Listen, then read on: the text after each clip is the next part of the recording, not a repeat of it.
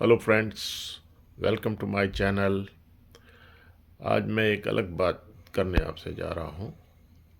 वो बात ये है कि how to get US visa, specially after rejection B1 B2 visa.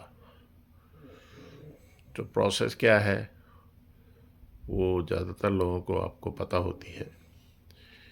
यदि नहीं पता है तो उसका तरीका है कि आप ऑनलाइन साइट खोलिए वीज़ा की, उसमें कंटेंट आते रहते हैं और जैसे नाम है, पर्पज़ है और तमाम किस्म की जानकारियाँ, वो सब आपने उसमें सही तरीके से भरनी होती है।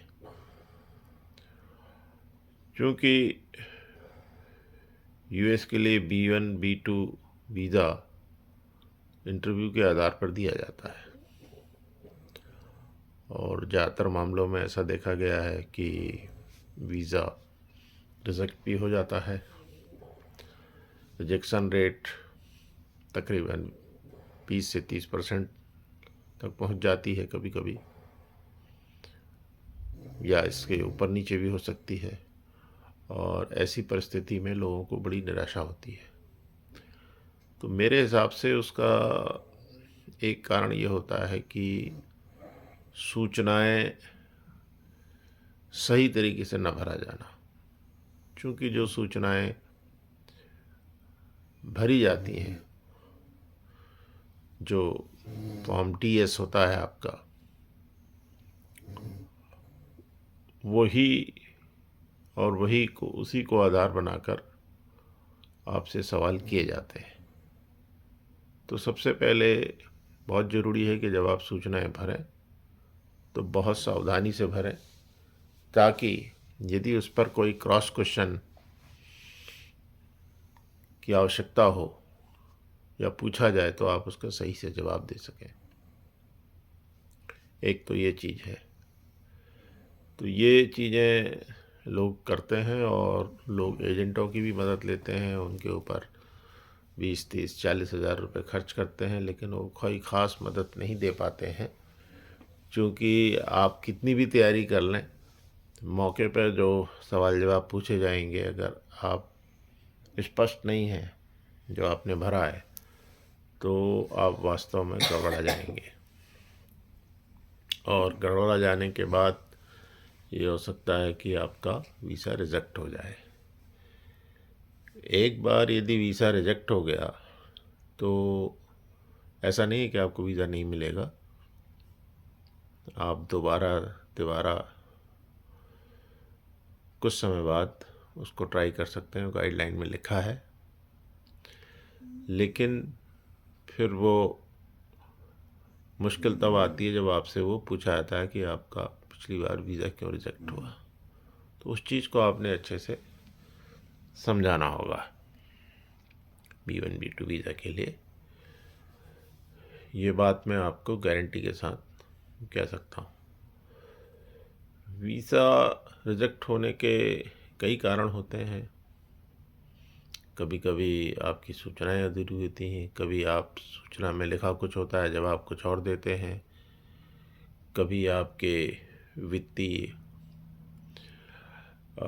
जो संसाधन है, जो आपको सपोर्ट में चाहिए वहाँ जाने के लिए, चूँकि यूएस एक रईस देश है, वहाँ का किराया भी ठीक ठाक होता है, और आप कहाँ रहेंगे, क्या रहेंगे, उसके बारे में यदि इंटरव्यू ऑफिसर संतुष्ट नहीं होते हैं तो तब भी वीज़ा नहीं मिलता है। यदि उन्हें शक होता है कि आप वहाँ जाके कहीं गुम हो जाएंगे, तब भी वीज़ा नहीं मिलता है।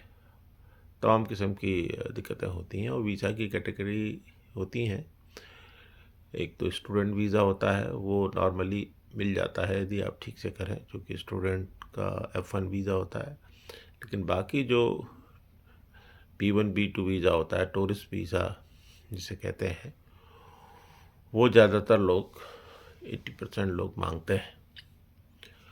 तो इसके लिए मैं आपको अपना स्वयं का अनुभव बताता हूँ कि पहली बार मेरा वीज़ा रिजेक्ट हो गया था, जबकि मैं एक अखिल भारतीय सेवा से रिटायर हुआ था। लेकिन मेरा वीज़ा रिजेक्ट हो गया था और उसके बाद फिर मैंने 3-4 साल का इंतज़ार लंबा हो गया और कोविड आ गया। फिर मैंने अप्लाई किया और इस बार मैंने सही तरीके से उसमें चीज़ें भरी, उनको बार बार पढ़ा और उसमें थोड़ा बहुत मुझे ये स्वीकार करने में कहीं कोई गुरेज नहीं है कि मैंने लोगों की हेल्प ली और उन्होंने जैसा गाइड किया उस हिसाब से हम इंटरव्यू दिया और मेरा वीज़ा क्लियर हो गया, मेरा और मेरी वाइफ का। तो सामान्यतः ये होता है कि जब आपका वीज़ा क्लियर हो जाता है तो वो आपका पासपोर्ट रख लेते हैं और यदि नहीं होता है तो आपको पासपोर्ट वापस कर देते हैं। तो वीज़ा के लिए ये सामान्य सी बात थी जो मैंने आपको इस प्रथम चरण में बताई। अगले चरण में मैं आपको कुछ और चीज़ें बताऊंगा ताकि आपको वीज़ा पाने में दिक्कत ना हो और कितनी समय के लिए हो, कितने समय के लिए दिया जाएगा, नहीं दिया जाएगा, आदि आदि व्यवहार कैसा होना चाहिए, इन सब चीज़ों पर हम अगले पार्ट में विस्तार से चर्चा करेंगे। धन्यवाद।